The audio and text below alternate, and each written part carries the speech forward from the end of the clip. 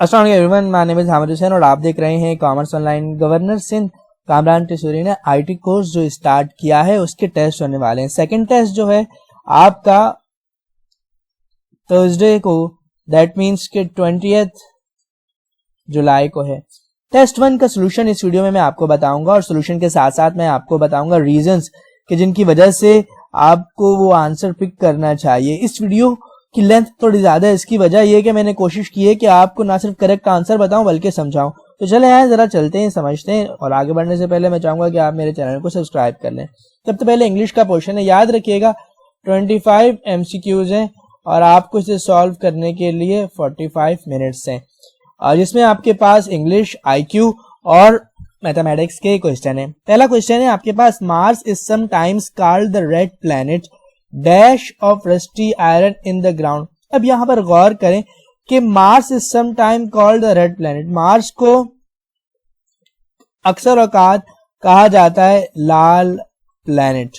क्यों कहा जाता है लाल प्लैनेट? इस वजह से। तो इस वजह के लिए यहां पर आपके पास क्या ऑप्शन आना चाहिए? बिकॉज आना चाहिए। और यही बात नीचे मैंने एक्सप्लेन भी की है। The statement Mars is sometime called the red planet because of rusty iron in the ground. तो यहां पर सेकेंड सेंटेंस में आपको क्या बताई जा रही है? आपको रीजन बताया जा रहा है कि क्यों मार्स को रेड प्लैनेट कहा जाता है।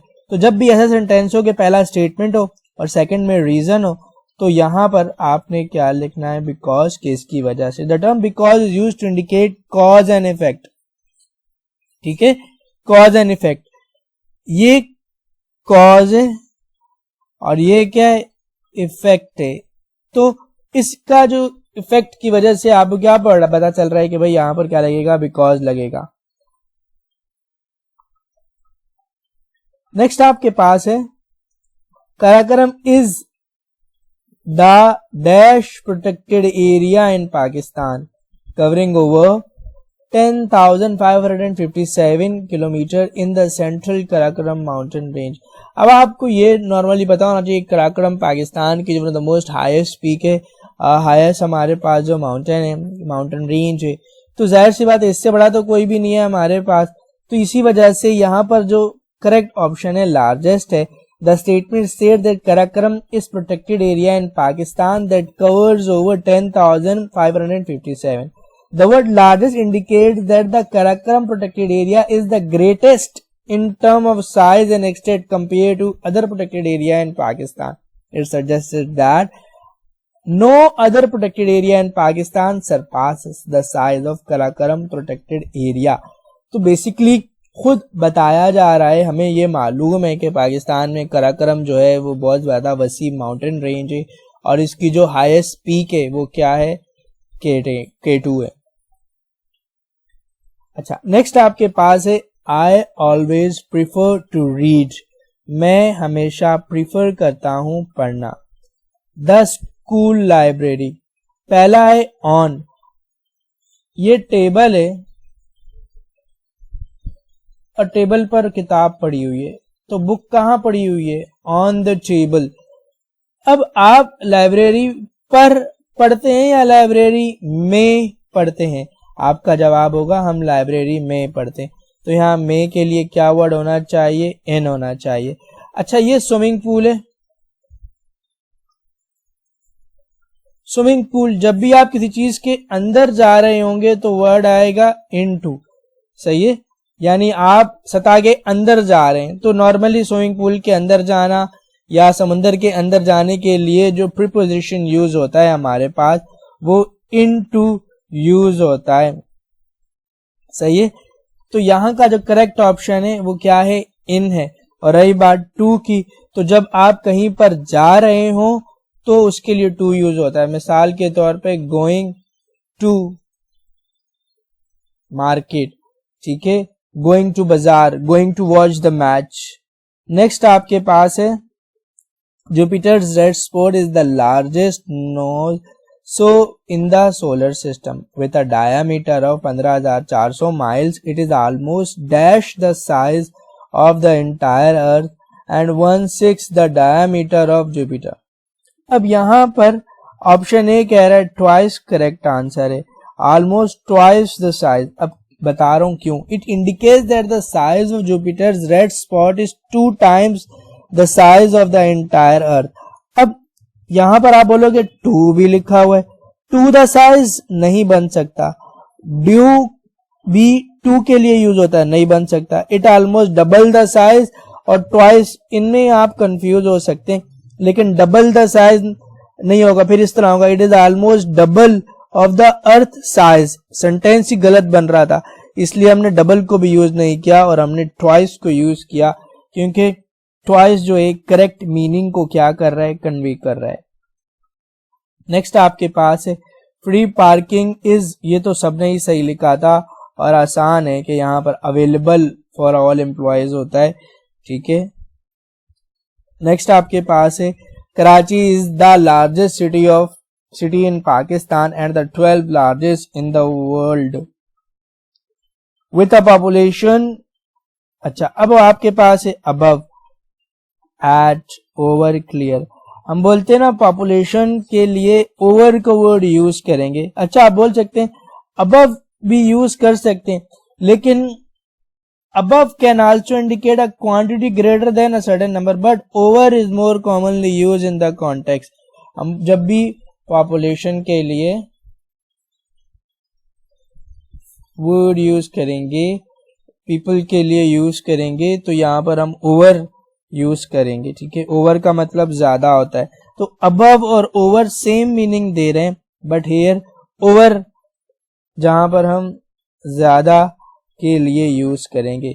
लेकिन अगर आपकी सैलरी रेंज के बारे में बात की जाए तो अबव का वर्ड यूज होगा, ठीक है। नेक्स्ट आपके पास traffic speed limits are set at level that achieves some balance between the desire of most people to travel as quickly as possible and the danger of dash speed, ठीक है। अब danger क्या है, खतरा। खतरा कब होगा, खतरा जब हमारे पास मार्जिनल स्पीड होगी। मार्जिनल का मतलब है इजाफी, मार्जिनल का मतलब इजाफी होता है, लेकिन असल में ये मार्जिनल का वर्ड इजाफी के लिए यूज हो रहा है, तो यहां पर ये बैठता नहीं है ये वर्ड सही, क्यों। And the danger of marginal speed, marginal का मतलब छोटा सा चेंज भी हो सकता है, पिछली वाली स्पीड से ज्यादा स्पीड भी। मिसाल के तौर पर आप गाड़ी 25 की स्पीड से चला रहे हैं और आपने 26 की स्पीड से चलाई, तो ये एक का जो इजाफा हुआ है ये भी क्या कहलाएगा, मार्जिनल कहलाएगा। आप गाड़ी 75 की स्पीड से चला रहे हैं और फिर डायरेक्ट भगा के 80 पर ले गए, तो ये भी इजाफा क्या कहलाएगा, मार्जिनल कहलाएगा। तो मार्जिनल का कॉन्सेप्ट क्या बताता है कि पिछले की निस्बत अब आपकी क्या कंडीशन है, अब क्या है, ये कौन सा वर्ड इंडिकेट करता है, मार्जिनल का। इनएडवर्टेंट, ये भी यहाँ फिट नहीं होता, इसका मतलब होता है अनइंटेंशनल और एक्सीडेंटल, यानी आपने अचानक से या बगैर जाने बूझे स्पीड बढ़ा दी। डेंजर ऑफ अनएडवर्टेंट स्पीड तो नहीं, हाईवे पर तो लोगों को मालूम होता है कि इतनी स्पीड होनी चाहिए। नेक्स्ट आपके पास है रेगुलेटेड, इसका मतलब कंट्रोल होता है। अब जब स्पीड रेगुलेटेड हो गई है तो खतरा तो है ही नहीं। Excessive is the right answer, क्योंकि खतरा किस चीज का है कि लोग गाड़ी और ज्यादा भगाएंगे, इसलिए वहां पर स्पीड की हाईएस्ट लेवल को क्या कर दिया जाता है, लिमिटेड कर दिया जाता है। तो डेंजर कब होगा, जब या तो एक्सेसिव होगा। मार्जिनल का वर्ड भी इजाफे के लिए यूज होता है, लेकिन असल में मार्जिनल का वर्ड खतरनाक नीचे में नहीं आता। इसकी वजह ये, आपने अगर आपकी स्पीड 34 है, बढ़ा के आपने 35 कर ली, ये भी क्या है, मार्जिनल है। लेकिन ये स्पीड एक्सेसिव नहीं है, क्योंकि एक्सेसिव का वर्ड आता है बहुत ज्यादा इजाफी के लिए। नेक्स्ट आपके पास है select the correct punctuation sentence. अच्छा, इस पे जरा गौर करना। कॉमा का मतलब है रुक जाओ, ठीक है, पॉज आ रहा है। Pakistan officially the Islamic republic of Pakistan, यानी पाकिस्तान जिसका नाम असल में क्या है, इस्लामी जमहूरिया Pakistan, is a country in South Asia. तो ये वाला आंसर सही है, इनके ये बात करके भी रुकना है और ये बात करके रुकना है, दो अलग अलग बातें हो रही हैं। तो जहाँ कॉमा लगेगा इसका मतलब आपने वहां पॉज लेना होता है। तो दैट डी इज करेक्ट।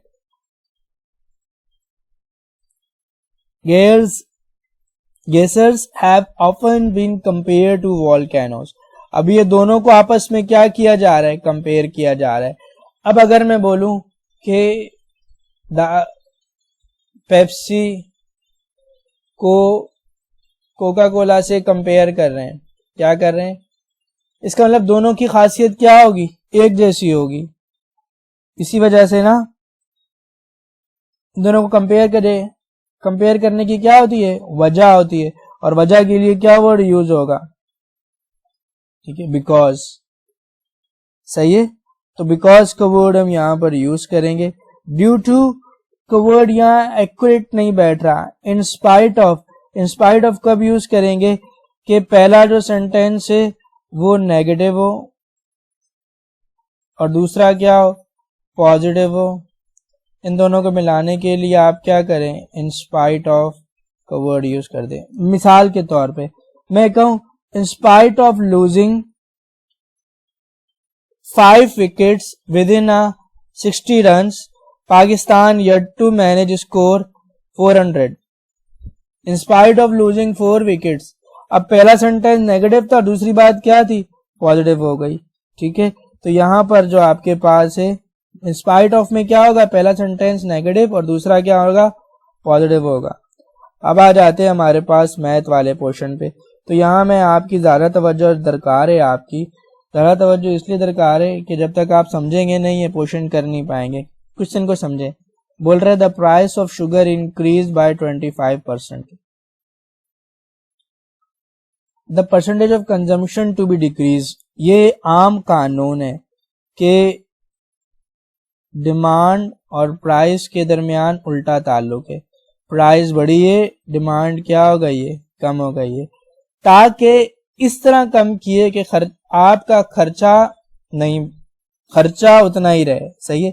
अब मैंने कहा मिसाल के तौर पर हम ये फर्ज कर लेते हैं कि हमारी आमदनी यानी जो मैं खर्चा कर रहा हूं मिसाल के तौर पर वो 1000 रुपए, मैं 1000 रुपए की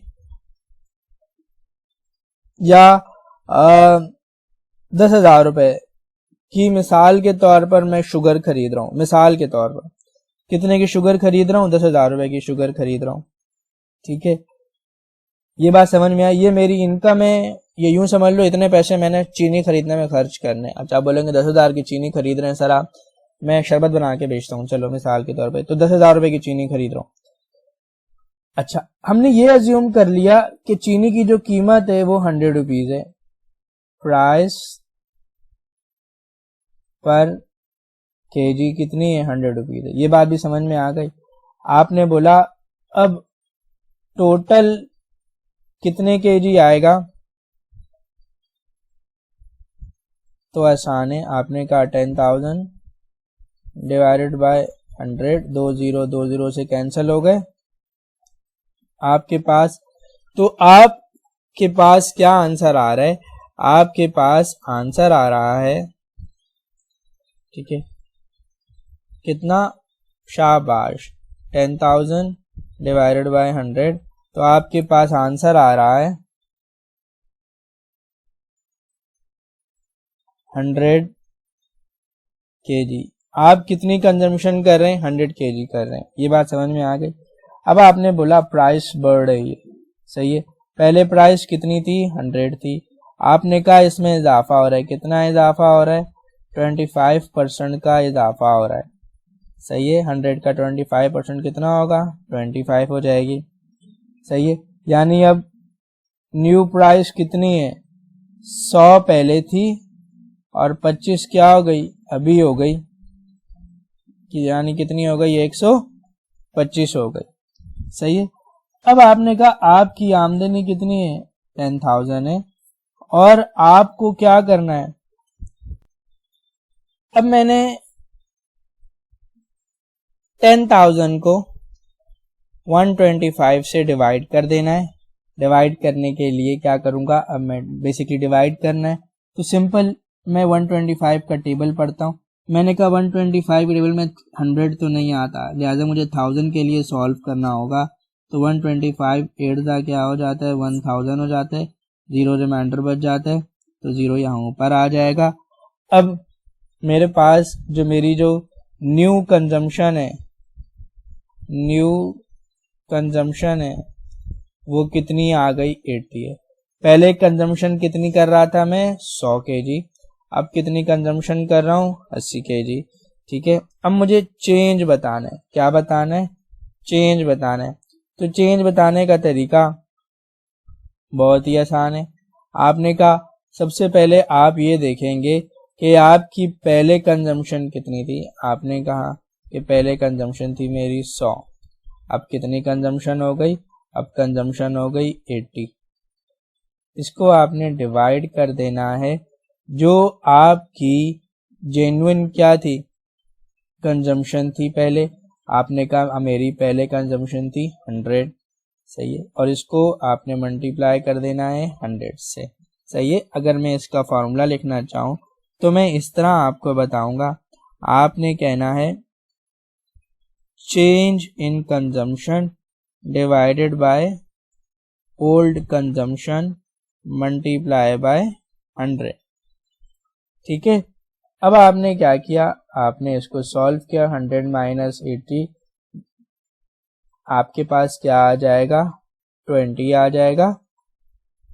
20 को 100 से डिवाइड और 100 से मल्टीप्लाई करना है, ये दोनों कैंसिल हो जाएंगे, तो आपका आंसर आ रहा है 20%। ठीक है, ये हमारा पहला सवाल था। हमने इसको सॉल्व करने के लिए क्या किया, यहाँ देखो। सबसे पहले हमने बोला कि ओरिजिनल प्राइस है हमारे पास 100 rupees per KG, original consumption 10,000 को 100 से डिवाइड करेंगे तो ये 100 केजी आ जाएगा। हमने कहा न्यू प्राइस 100 थी, 25% इजाफा हो रहा है, तो new price 125 rupees per KG आ जाएगा। अभी 10,000 को 125 से मैं डिवाइड करूंगा तो मेरे पास कितने केजी आ जाएगा 80 केजी आ जाएगा। अब मेरे पास ओल्ड कंजम्पशन कितनी थी 100, उसमें से माइनस कर दूंगा न्यू कंजम्पशन जो कि 80 है, ठीक है, और डिवाइड कर दूंगा 100 से और मल्टीप्लाई कर दूंगा 100 से, तो मेरे पास आ जाएगा 20%। नेक्स्ट में बोल रहा है a man has a number of ducks costing 100 each, यानी एक डक की जो कीमत है 100 रुपए है, and 3 times as many chicken costing 60 each, और उसके पास 3 गुना ज्यादा चिकन है और हर चिकन कितने का है 60 रुपए का, सही है। If the total cost of ducks and chicken is 4200 4200, find the number of chickens the man has. अब आपको बदकिस्मती से नंबर ऑफ डक्स नहीं पता, ठीक है। A man has a number of ducks costing 100 each, आपको नहीं पता नंबर ऑफ डक्स कितनी है, तो आपने कहा let the number of ducks be x, कि x क्या है नंबर ऑफ डक्स है। 3 times as many chicken, और चिकन्स कितनी है 3 times, किसके 3 times है 3 times का मतलब है 3 टाइम का मतलब होता है 3 गुना, सही है। तो हम बोलते 3 गुना हमारे पास क्या है चिकन है। टोटल कॉस्ट ऑफ डक्स क्या होगा 100x। अगर मुझे x की वैल्यू पता चल जाए तो मैं बता सकता हूँ टोटल डक्स कितने। इस तरह टोटल कॉस्ट ऑफ चिकन क्या होगा, अभी 3x, एक चिकन कितने का है 60 रुपए का, तो मैं इसको मल्टीप्लाई कर दूं अगर 60 से, तो ये मेरे पास कितना आ जाएगा 180x, यानी टोटल कॉस्ट ऑफ चिकन क्या है 180x, total cost of ducks क्या है 100x। अब मुझे यहाँ पर सिर्फ x की वैल्यू मालूम हो जाए तो मैं ये मालूम कर सकता हूँ कि हमारे पास कितने चिकन है और कितने डक्स हैं। आपको ये मालूम है कि डक्स को हमने क्या बोला है x का है। तो अब हमारे पास जो इक्वेशन बन रही है वो कुछ इस तरह बन रही है 100x प्लस 180x बराबर है 280x हो गया, सही है। और 280x बराबर है 4200। अब ये 280x कैसे आया? हमने कहा टोटल कॉस्ट ऑफ डक्स कितना है 100x और टोटल कॉस्ट ऑफ चिकन कितना है 180x। तो इन टोटल को जमा कर देंगे 280 x आ जाएगा। इसी वजह से 280 जो है इसको हम डिवाइड कर देंगे 4200 से। अब 4200 डिवाइडेड बाय 280 ये हमारे पास आ जाएगा 15। सही है। हम डायरेक्ट यहां पर भी इसको लेकर आ सकते थे। किस तरह? मैंने कहा a man has a number of ducks costing 100 each. तो मैं यूं कह सकता हूं कि भाई 100 रुपए की एक डक है और उसके बाद कितनी डक्स है नहीं पता, प्लस उसके पास 3 टाइम्स ज्यादा चिकन है और एक चिकन कितने का है 60 रुपए का। आपने कहा हमने यहां पर पहले प्राइस लिखी थी तो लिहाजा 60 मल्टीप्लाई बाय 3x हो जाएगा और इन दोनों को जमा कर दूंगा तो पैसे आ जाएंगे 4200। तो 100x प्लस 180x बराबर है 4200, 280x बराबर है 4200, x is equals to 4200 divided by 280 और इन दोनों को डिवाइड कर देंगे तो आंसर आ जाएगा 15। ठीक है। अच्छा डिवाइड कैसे करेंगे मैं बता देता हूँ। 0 को 0 से काट दोगे क्योंकि कैलकुलेटर तो अलाउ है नहीं। अब 2 का टेबल पढ़ो, 2 14 और 2 21। फिर 3 का टेबल पढ़ो। सही है। फिर 2 का टेबल पढ़ो, 2 7 जा 14 और ये आ जाएगा 105। फिर 7 का टेबल पढ़ो, 7 1 जा 7। अब 7 105, 7 1 जा 7, पीछे रिमाइंडर रह गया 3, 5 यहाँ आ गया। ठीक है भाई, इससे ज्यादा आसान तरीके से अब नहीं समझाया जा सकता। आगे बढ़ते हैं। बोल रहे 10% is deducted from a bill 585 remains to be paid. ठीक है, यानी 10% डिडक्शन की है एक बिल से, तो मेरे पास कितने आ गए 585। How much is the bill? क्या आपको बिल के पैसे पता है? आपने कहा नहीं पता, आपने लिख दिया जो चीज नहीं पता होती वो एक्स है। अच्छा, इसमें से अगर माइनस कर दें 10% किसका, यानी बिल की अमाउंट का 10% माइनस कर दो, लेकिन हमें तो बिल की अमाउंट पता ही नहीं है, तो मैं बोलता हूँ माइनस एक्स मल्टीप्लाई बाय 10%। तो हमारे पास कितनी वैल्यू आ जाएगी 585 आ जाएगा। सही है। क्या बात हो रही है? आपको टोटल बिल की अमाउंट पता है, आपने कहा जो चीज नहीं पता होती वो एक्स है। अगर उसमें से 10% माइनस कर दिया जाए, यानी बिल का ही 10% माइनस कर दिया जाए, तो हमारे पास कितनी अमाउंट आ जाती है 585। आपने कहा x minus x multiply by 10% का मतलब क्या है 10 डिवाइडेड बाय 100। तो x माइनस ये कितना हो जाएगा, सिंपल, ये आपके पास आ जाएगा 0.1x। ठीक है ना। अब कैसे 0.1x आया? हम 10 को 100 से डिवाइड कर देते हैं। देखो ये रहा 0, ये 0 कट गया। अब 1/10 का मतलब क्या होता है 0.1। अब x को 0.1 से माइनस कर देंगे, ये x है, तो बेसिकली इसके साथ हमारे पास क्या लिखा हुआ है, तो 1 में से 0.1x माइनस कर देंगे तो हमारे पास क्या आ जाएगा x, यानी 0.9x 585 585। अब 0.9x से मल्टीप्लाई हो रहा है, इक्वल के इस तरफ जाएगा तो क्या हो जाएगा डिवाइड हो जाएगा 0.9। सही है। अब आपने 585 को क्या करना है डिवाइड कर देना है 0.9 से। आपका क्या आंसर आएगा ये आपको आइडेंटिफाई करना है, ये मालूम करना है।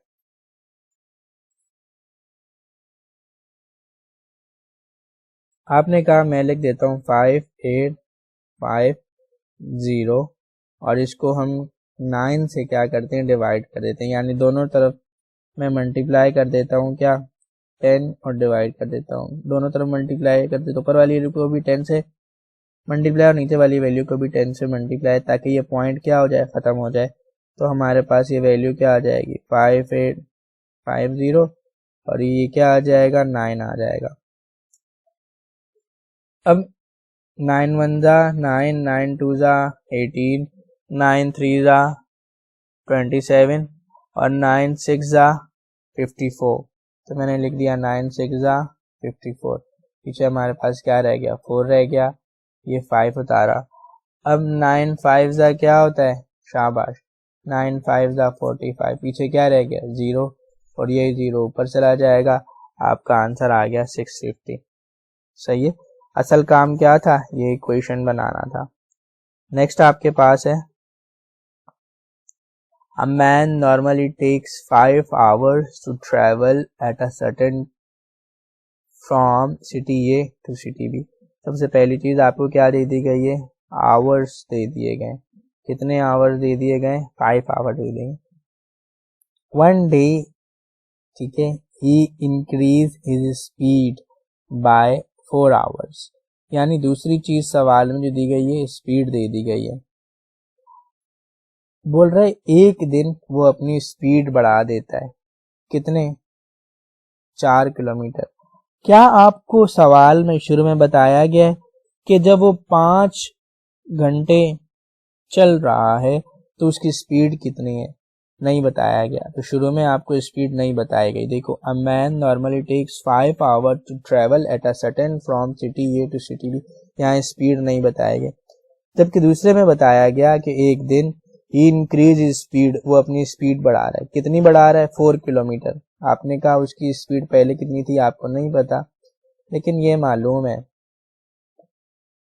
कि उसकी स्पीड में अब 4 किलोमीटर बढ़ गए, 4 किलोमीटर पर आवर उसकी स्पीड बढ़ गई है। Find that the journey from A to B, city A से city B, takes half an hour less. अब 5 में से आधा घंटा कम हो रहा है, इसका मतलब कितने घंटे में पहुंच रहे हैं, अभी 4.5। अब बोल रहे हैं उसकी नॉर्मल स्पीड बताओ। जाहिर सी बात है ये नॉर्मल स्पीड है, वो बतानी है, जो चीज बतानी होती है वो एक्स होता है। अच्छा, अब एक बात याद रख लो, सही है, क्या याद रख लो, बात ये कि जो चीज अननोन होती है, जो चीज अननोन होगी, ये देखो यहाँ एक्स है ना, तो वो हमेशा एरो ऊपर लगेगा, ये हमेशा रूल है। ये क्या है, रूल है। जो चीज अननोन होगी एरो क्या लगेगा, ऊपर लगेगा। अब मुझे बताओ, अगर मैं मोटरसाइकिल स्पीड में चलाऊंगा तो टाइम ज्यादा लगेगा या कम लगेगा, मैं मोटरसाइकिल स्पीड में चला रहा हूँ, स्पीड बढ़ा रहा हूँ, तो मुझे टाइम क्या लगेगा, कम लगेगा। ये बात समझ में आ गई। ये हमारे पास मैथ की जबान में कहलाता है इनवर्स प्रोपोर्शन। लिखना हमेशा टेल से स्टार्ट करते हैं। मैंने कहा x+4 रेशो x प्रोपोर्शन, लिखना हमेशा टेल से स्टार्ट करते हैं। 5:4.5, सही है। फिर मैं बोलूंगा प्रोडक्ट ऑफ मीन बराबर है प्रोडक्ट ऑफ एक्सट्रीम, सही है। तो प्रोडक्ट ऑफ मीन क्या है और एक्सट्रीम क्या है, एक्सट्रीम कोनों वालों को बोलते हैं और मीन अंदर वाले को बोलते हैं। इसका मतलब x+4 ये मल्टीप्लाई हो जाएगा 4.5 से और x मल्टीप्लाई हो जाएगा 5 से।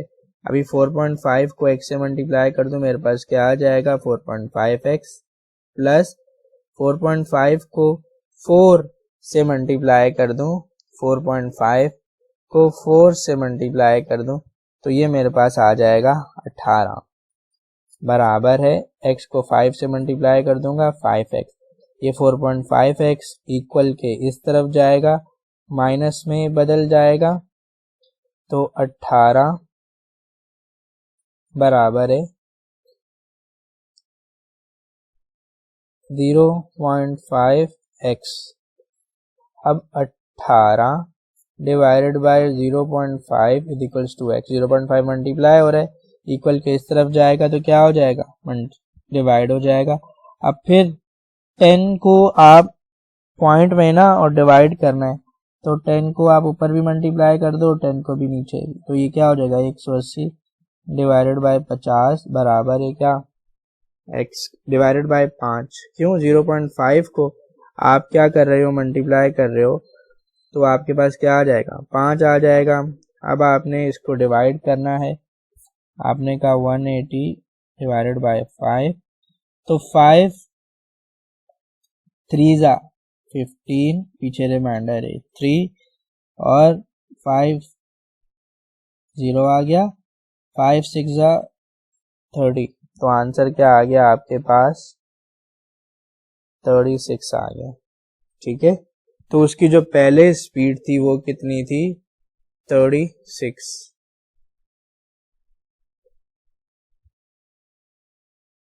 कोई परेशानी इसमें, बात समझ में आ रही है? ठीक है, नेक्स्ट हम आगे बढ़ते हैं। बोल रहे विद पीक एलिवेशन, पीक ऊंचाई, बहुत ज्यादा ऊंचाई है।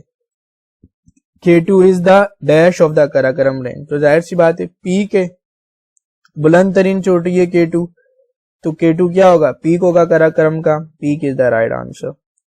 नेक्स्ट है what is the area of a rectangle whose length is twice its width and whose perimeter is equal to the square of whose area is 1। तो सबसे पहले parameter of rectangle, perimeter of rectangle का जो formula है वो है 2 length plus width. अब यहाँ पर what is the area of a rectangle whose length is twice its width, length जो है उसकी विड्थ के क्या ट्वाइस हो, सही है। विड्थ के लिए क्या वर्ड यूज हो रहा है, W, लेंथ क्या बोल रहे हैं, विड्थ के डबल हो, तो इसका मतलब क्या हो जाएगा 2W हो जाएगा, है ना। लेंथ के बजाय क्या लिखूंगा 2W, क्योंकि लेंथ क्या है ट्वाइस द विड्थ है, तो इसका मतलब विड्थ क्या हो गई W हो गई और लेंथ क्या हो गई 2W हो गई। एंड उस perimeter is equals to the square of area is 1। अभी खुद ही बता दिया स्क्वायर ऑफ एरिया क्या है, तो पेरीमीटर ऑफ द स्क्वायर आपके पास क्या होता है, फॉर्मूला है 4, साइड लेंथ है, यहाँ साइड लेंथ आपको कितनी दे दी गई है, खुद ही 1 दे दी गई है। तो आपने बोला हमारे पास असल में फॉर्मूला आ गया कि भाई पेरीमीटर ऑफ रेक्टेंगल बराबर हो जाएगा पेरीमीटर ऑफ द स्क्वायर के। ये दोनों चीजें बताई हैं, एरिया भी बताया है, एरिया बताना what is the area of rectangle जिसकी लेंथ ट्वाइस हो उसकी विड्थ के और पेरीमीटर इक्वल हो स्क्वायर ऑफ एरिया। तो आपने बोला ठीक है हम इन दोनों को बराबर ले लेते, 2 ब्रैकेट 2W प्लस W हमने लिख दिया और 4 साइड लेंथ कितना बता दिया 1। अब 2W प्लस W क्या हो जाएगा 3W हो जाएगा, 2 को 3 से मल्टीप्लाई करूंगा 6W हो जाएगा, फिर 4 आ गया, W इज इक्वल टू 4/6। अब W 4/6 है, ये 2 से कट जाते हैं, 2 3 जा 6, 2 2 जा 4, 2/3 आपके पास आ गया। अब वो क्या बोल रहा है, विड्थ आपके पास आई है, विड्थ क्या आ गई है 2/3 आ गई है। तो जाहिर सी बात है आपको क्या मालूम करना, लेंथ मालूम करनी है, तो 2W लेंथ क्या हो जाएगी 4/3। अब आपको पेरीमीटर मालूम करना है, एरिया मालूम कर रेक्टेंगल का। अब एरिया ऑफ अ रेक्टेंगल उसका जो फॉर्मूला है वो क्या है, वो है लेंथ मल्टीप्लाई बाय विड्थ। अभी लेंथ क्या है, असल में ये लेंथ है, लेंथ क्या है 4/3 और ये क्या है विड्थ है, विड्थ कितना है 2/3, आमने सामने मल्टीप्लाई होगा, 4 2 जा 8 और 3 3 जा 9, आपके पास आंसर आ गया। नेक्स्ट आपके पास है if A is equal to the sum of B and C, ये रहा A बराबर है B प्लस C के, which of the following is equal to the difference of B and C। अभी B प्लस C है ना, difference का मतलब क्या है B माइनस C हो जाए। अभी प्लस को माइनस में कन्वर्ट करना है, तो मैं बोलता हूं मैं माइनस कर देता हूं इसमें से 2C। अब यहाँ देखो प्लस माइनस क्या होगा, प्लस माइनस माइनस, साइन आएगी बड़ी वैल्यू की, तो B माइनस C बनाने के लिए मुझे यहां पर भी क्या करना पड़ेगा -2C करना पड़ेगा, क्यों? जब मैं -2c यहां लेकर आ रहा हूं तो -2c इधर भी आना पड़ेगा। अब ये हमने पहले बता दिया है कि भाई a बराबर है किसके? b प्लस सी के। तो जब मैं a -2c इधर कर रहा हूं तो इसका मतलब -2c इधर भी करना पड़ेगा। तो हमारे पास क्या आ जाएगा? b माइनस सी। तो b माइनस सी किसके बराबर है? a -2c के। ये हमारा आंसर आ गया।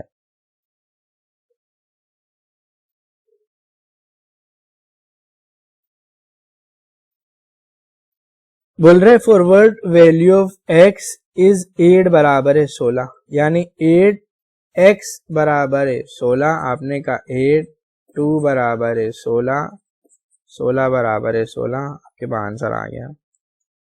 नेक्स्ट आपके पास है after discount of 25% the sale price of suitcase is 846। वैसे ही आ गया। आपके पास एक what was the original price? Original price आपको नहीं मालूम, लेकिन आपको ये मालूम है कि उस ओरिजिनल प्राइस में से जब आपने 25% डिस्काउंट दिया तो आपके पास जो प्राइस आ गई 846 आ गई। आपने कहा x माइनस 25 डिवाइडेड बाय 100, असल में ये क्या हो जाता है? 0.25। तो 0.25x इज इक्वल्स टू 846। फिर ये 1x है, कुछ भी नहीं होता तो क्या होता है? 1 होता है। तो दैट विल बिकम 0.75x बराबर है 846। तो x is equals to 846 divided by 0.75। Once again आपको पॉइंट को खत्म करना है। आपने कहा मैं यहाँ भी मल्टीप्लाई करता हूँ 10 और यहाँ भी मल्टीप्लाई करता हूँ 10, तो क्या हो जाएगा? 8460 डिवाइडेड बाय 7.5। आपने कहा मुझे इसको भी पॉइंट को भी खत्म करना है, तो फिर मैं 10 मल्टीप्लाई, तो क्या हो जाएगा? 84600 डिवाइडेड बाय 75। अब अगर आप थोड़ी सी हिम्मत करो और इसको डिवाइड करो, ठीक है, 84600 तो 75 वन जा 75, सही है। अब 1 यहाँ कैरी करेंगे, आपके पास आ जाएगा 9। तो यहाँ क्या रह जाएगा? 7 7 7 से माइनस हो जाएगा, आपके पास बच जाएगा 0। आपने क्रॉस लगा लिया, 6 नीचे उतार लिया। 75 वन जा 75। अब जरा गौर करो, मेरे पास यहाँ क्या आ रहा है? 1 और 1, 2 1 आ गए। तो पूरा सॉल्व करने से बेहतर है मैं ऑप्शन देखूं, यहाँ 2 2 1 आ रहे हैं, मैंने ये लिख लिया, यही मेरा ऑप्शन है। आप इसको चाहें तो फर्दर सॉल्व कर सकते हैं, आंसर यही आएगा। नेक्स्ट आपके पास है, बोल रहे हैं in an examination 52 of the candidate failed in English, 42% failed in mathematics और 17 फेल्ड हो गए दोनों में। अगर मैं बोलूं आपको मालूम करना है फाइंड द परसेंटेज, परसेंटेज बताएं ऐसे बंदों की जो दोनों में पास हो गए हो, यानी बोल रहा है 52% फेल हो गए किसने? इंग्लिश में। 42% फेल हो गए किसने? मैथ में। और 17% दोनों में फेल हो। इसका मतलब क्या है कि अगर मैं आपको बोलूं इंग्लिश में टोटल कितने फेल हुए तो आप बोलोगे 52 तो सिर्फ इंग्लिश में फेल हुए, इसके अलावा 17% वो हैं जो दोनों में फेल हुए। तो वो मुझे क्या करने? माइनस करने। क्यों माइनस करने? मैं ये जानना चाह रहा हूं कि सिर्फ इंग्लिश में कितने फेल हुए। तो मुझे ये मालूम करने के लिए कि सिर्फ इंग्लिश में कितने फेल हुए, मैं 52 में से 17% माइनस कर दूंगा, ये 35 आ जाएगा। फिर मैंने कहा 42 तो मैथ में फेल हुए और उसमें 17% वो हैं जो इंग्लिश में भी फेल हैं, तो ये कितना हो जाएगा? 25%। और 17% दोनों में क्या हुए? फेल हुए। तो ये हमारे पास टोटल वो तादाद है जो कि क्या है? इंग्लिश में जो कि फेल है। कुछ इंग्लिश में फेल है, ये मैथ में फेल है और ये दोनों में फेल है। ये हमारे पास टोटल बन रहा है 35 जमा 25 60 जमा 17 77। अभी टोटल क्लास के बच्चों की परसेंटेज जो है टोटल बोलूं तो 100%, जिसमें 77% क्या है? फेल है। 77% क्या है? फेल है। अब आप बोलोगे ये माइनस क्यों किया है? देखो जो 17% है ना दोनों में फेल है, मैं ये सिर्फ जानना चाह रहा हूँ इंग्लिश में कितने फेल हैं, इसलिए मैंने इसको इसमें से माइनस किया है। तो अब 100 में से 70 माइनस कर दो तो आपके पास आ जाएगा 23%। नेक्स्ट आपके पास है साकिब परचेज अ प्लॉट 80,000 का, he sold a plot at a profit of 20%, उसने खरीदा 80,000 का और 20% प्रॉफिट पर बेच दिया। 80,000 का 20%, 8 दूनी 16, 1600 होता है। अब न्यू सेल प्राइस कितनी हो जाएगी, 8,000 प्लस 1600, 9600। आबिद ने उससे ये प्लॉट खरीदा और बेचा है कितने में, 20% लॉस पे। अब आबिद ने ये प्लॉट 20% लॉस पे खरीदा है। अच्छा, 9,600 का 20% निकालना आपके लिए शायद मुश्किल हो, लेकिन 10% निकालना आसान है, 960। तो 960 प्लस 960, ये तो आसान हो गया ना करना। अब पेपर में इस तरह का आपको दिमाग इस्तेमाल करना पड़ेगा, ठीक है,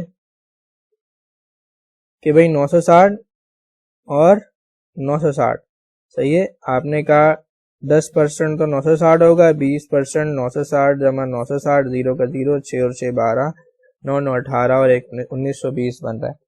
अभी 9,600 में से 1920 माइनस कर देंगे, 0 का 0, एक ऊपर आ गया, 10 में से 2 जाएंगे 8, 5 में से 9 नहीं जा सकते, ये क्या जाएगा 15, 15 में से 9 जाएगा 6, ये 9 था अब 8 हो गया, 8 में से 1 जाएगा 7, तो 7,680 रुपये ये आरिफ की जो है कॉस्ट है, ठीक है। बात समझ में आ रही है। बोल रहा है Abid interns sell that loss to Arif, कितने पे, 20% पे, लॉस पर। तो भाई ये असल में आरिफ ने कितने का खरीद, आबिद ने कितने खरीदा, 9,600 रुपये का, और बेचा कितने में, 7,680 पे। किसको, आरिफ को बेचा, क्योंकि ये उसका क्या है, लॉस था। नेक्स्ट आपके पास है a man drive 5 hour at an average rate of 40, hours है 5 और ड्राइव कर रहा है, स्पीड बता दी फिर 40। He developed some motor trouble and returned to his original starting point in 10 hours. वापसी कितने घंटे में आया है, 10 आवर्स में। आपको बोल रहा है what was his average speed, उसकी स्पीड बतानी है। अब देखो जो नहीं पता होता, मैंने पहले बताया था क्या हो रहा है, क्या करेंगे, ऊपर करेंगे। अब स्पीड बढ़ रही है तो टाइम क्या लगेगा, कम लगेगा। याद, जो लिखा हुआ है उसको नहीं देखो, ये आवर्स है और ये स्पीड है, स्पीड बढ़ रही है तो टाइम क्या लगेगा, कम लगेगा। अब आपने बोला लिखेंगे हमेशा ऐसे, x/40 proportion 5/10, x multiply by 10 बराबर है 40 मल्टीप्लाई बाय 5, 200 डिवाइडेड बाय 10 और ये 20 हो जाएगा। नेक्स्ट आपके पास है in a revolutionary development in technology some manufacturers now make biodegradable. इसका मतलब क्या है कि चीज जो है जमीन में दफन हो जाती है from plastic. Some plastic trash bags for example gradually dash when exposed to sunlight, तो ये डिकम्पोज है। डिकम्पोज का मतलब क्या है, जमीन में जज्ब हो जाते हैं। हमारी बॉडी भी जमीन में क्या हो जाती है, डिकम्पोज हो जाती है। जानवरों के फुजले वो भी क्या हो जाते हैं, डिकम्पोज हो जाते हैं। Because it arrive so early in the season before many other birds, the robin has been called the dash of spring. तो हारबिंगर बोलते हैं। हारबिंगर का मतलब क्या है, जो ऐलान करने वाला है, जो बता रहा है कि भाई हाँ अब बाहर आने वाली है। A man bought a flat of 820, he borrowed 55%। अभी आपको 820 का 55% निकालना है। अब आप बोलोगे तो बड़ी लंबी कैलकुलेशन हो जाएगी। मैं बोलूँ 820 का आधा करो 50%, कितना होगा, आप बोलोगे ये तो बहुत ही आसान है, 410। फिर मैं बोलूं 820 का 8,20,000 का 10% कितना होगा, आप बोलोगे फिर भी आसान है, ये 22 का 82,000। फिर मैं बोलूं 55 करना है तो इसका भी आधा कर लो, डिवाइड बाय 2 कर लो। आपने बोला बहुत आसान है, 41,000। तो 41,000 यहाँ जमा कर दो, ये आपके पास 0 0 0 1 4 और 1 5 और ये 4,051, ठीक है ना। ये उसने क्या किया है, बैंक से बोरो किया, ही बोरो 55% ऑफ द मनी। देखो मैंने ये पूरा कैलकुलेट करने के बजाय पहले मैंने बोला 50% कितना होगा, आपको आसान है, 82, 8,20,000 का आधा कितना होता है, 4,10,000। अब 55 करना था, 55 के लिए मैंने बोला पहले 10% निकालना आसान है, 8,20,000 का 10% 82,000 होगा। अब 10 नहीं चाहिए बल्कि कितना चाहिए, 5 चाहिए, लिहाजा इसको भी मैंने आधा कर दिया, 41 आ रहा था, 41 यहाँ जमा कर दूंगा, 4,51 आ रहा है। नेक्स्ट है the distinct qualities of African music were not appreciated. African music को एप्रिशिएट नहीं कर रहे और इवन डैश बाय वेस्टर्न। अब जिस चीज को आप एप्रिशिएट नहीं करते उसको इग्नोर कर देते हो, क्या कर देते हो, इग्नोर कर देते हो, ठीक है। और यही हमारा है। अब टेस्ट 2 इंशाल्लाह ताला जो है वो थर्सडे को हो रहा है, तो हम उसके भी करेक्ट आंसर सॉल्व करूंगा। इसके साथ साथ चैनल पर बहुत सारी चीजें अवेलेबल हैं, बिजनेस मैथ के एमसीक्यूज देख लो,